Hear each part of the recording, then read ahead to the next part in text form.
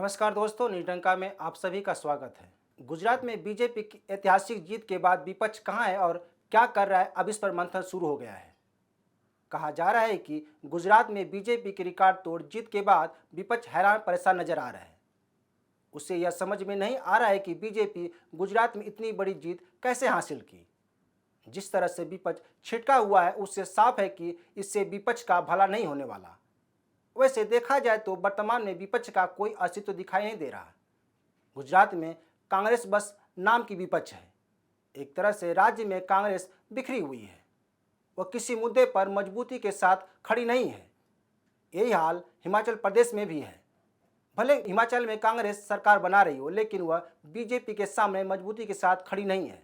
बावजूद इसके कांग्रेस भाग्य के भरोसे हिमाचल में जीत दर्ज कर ली। अगर देखा जाए तो बीजेपी और कांग्रेस के वोट शेयर में मामूली अंतर है। दिल्ली की बात करें तो दिल्ली नगर निगम चुनाव में कांग्रेस पूरी तरह साफ हो गई। दिल्ली विधानसभा में कांग्रेस का कोई सदस्य नहीं है, तो निगम चुनाव में उसे 9 सीटों की जीत से ही संतोष करना पड़ा है। गौरतलब है कि पीएम मोदी ने अपने रीति नीति से विपक्ष के सामने एक बड़ी लकीर खींची है, जिसके सामने समूचा विपक्ष बौना साबित हो रहा है। एक समय था कि विपक्ष के नकारात्मक प्रचार के सामने बीजेपी का पर जनता आसानी से भरोसा नहीं करती थी, लेकिन आज यह मामला उलट गया है। बीजेपी पर जनता का सकारात्मक नजरिया पार्टी के लिए बड़ी कामयाबी है, क्योंकि गुजरात में लगातार 27 साल से राज करने के बाद भी बीजेपी का रिकॉर्ड सीट हासिल करना शोध का विषय है। 2019 के बाद से 2022 में 4 राज्यों में चुनाव हुए, जिसमें बीजेपी ने दोबारा सत्ता में वापसी की थी। जो सत्ता विरोधी लहर यानी एंटी इनकम्बेंसी की जगह प्रो इनकम्बेंसी को मजबूती दी, जिसे सत्ता समर्थक लहर भी कहा जाता है। अब गुजरात उसमें नया नाम जुड़ गया है। हिमाचल में आंकड़ों के अनुसार कहें तो यहाँ बीजेपी ने जनता के मिजाज को बदला, लेकिन रिवाज को नहीं बदल पाई। इसका जीता जागता उदाहरण कांग्रेस और बीजेपी का वोट शेयर है। बहरहाल यह विपक्ष के लिए चेतावनी है, क्योंकि विपक्ष को जनता को बताना पड़ता है कि सत्ता पक्ष अच्छा काम नहीं कर रहा है, उसकी नीतियां जनता के हित में नहीं है। इसके लिए जागरूक विपक्ष की जरूरत होती है। लेकिन क्या गुजरात और हिमाचल में कांग्रेस ने अपनी भूमिका निभाई? ऐसा नहीं लगता है कि कांग्रेस ने अपनी भूमिका के साथ न्याय किया, क्योंकि जिस हालत में कांग्रेस ने गुजरात में प्रचार किया, उससे साफ है कि पार्टी अपनी कमजोरी को छुपाने के लिए झूठ बोला। दूसरी तरफ कांग्रेस को समर्थन देने वाली पार्टियों ने कन्नी काटी ली, कांग्रेस के समर्थन में एक शब्द नहीं बोले।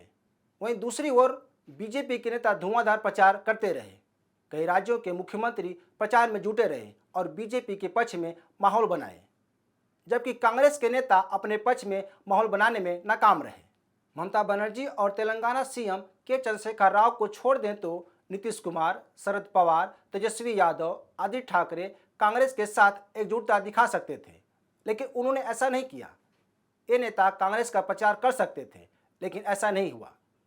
महाराष्ट्र में महाविकास अघाड़ी में उद्धव ठाकरे की शिवसेना एनसीपी है और बिहार में महागठबंधन में कांग्रेस, आरजेडी, राजद पार्टियां शामिल हैं, लेकिन इन पार्टियों ने एकजुटता दिखाने में नाकाम रही। क्या यह कहा जा सकता है कि ऐसे योजना बनाने में कांग्रेस नाकाम रही, या कांग्रेस इन नेताओं से डरी हुई थी, जबकि बीजेपी ऐसा कर चुकी है? बीजेपी ऐसे कोई मौकों पर एकजुटता दिखाने के लिए अन्य सहयोगी दलों को अब उपयोग करती रही है। गुजरात और हिमाचल प्रदेश के चुनाव के दौरान आदित्य ठाकरे ने नीतीश कुमार और तेजस्वी यादव से मुलाकात की थी। तीनों नेताओं में कई मुद्दों पर चर्चा भी हुई थी, लेकिन कांग्रेस के समर्थन में कोई नहीं बोला। मीडिया में यहां तक कहा गया कि महाराष्ट्र के आगामी बीएमसी चुनाव में बिहार के लोगों को लुभाने के लिए उद्धव ठाकरे की शिवसेना तेजस्वी यादव से प्रचार करा सकती है। अगर ऐसा ठाकरे की शिवसेना करती है तो कोई बुराई नहीं है, लेकिन क्या ऐसा ठाकरे की शिवसेना कर पाएगी, यह बड़ा सवाल है। अगर ऐसा शिवसेना कर सकती है तो कांग्रेस क्यों नहीं? इतना ही नहीं, आदित्य ठाकरे ने भारत जोड़ो यात्रा में शामिल भी हुए थे।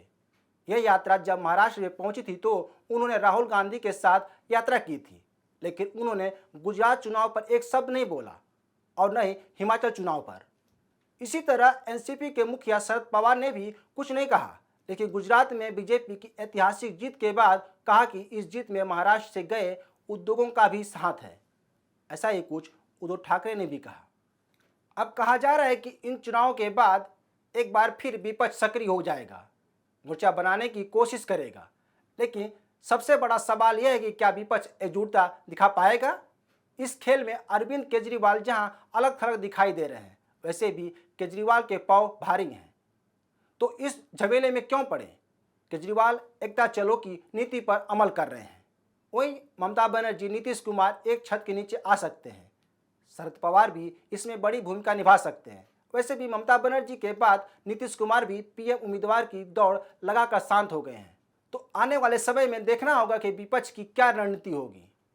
बीजेपी की कार्ड के लिए विपक्ष किस किस से हाथ मिलाता है। पीएम के कई चेहरों में से क्या किसी एक चेहरे पर राय बनेगी। ऐसे तमाम सवाल हैं जो भविष्य घर में छिपे हैं।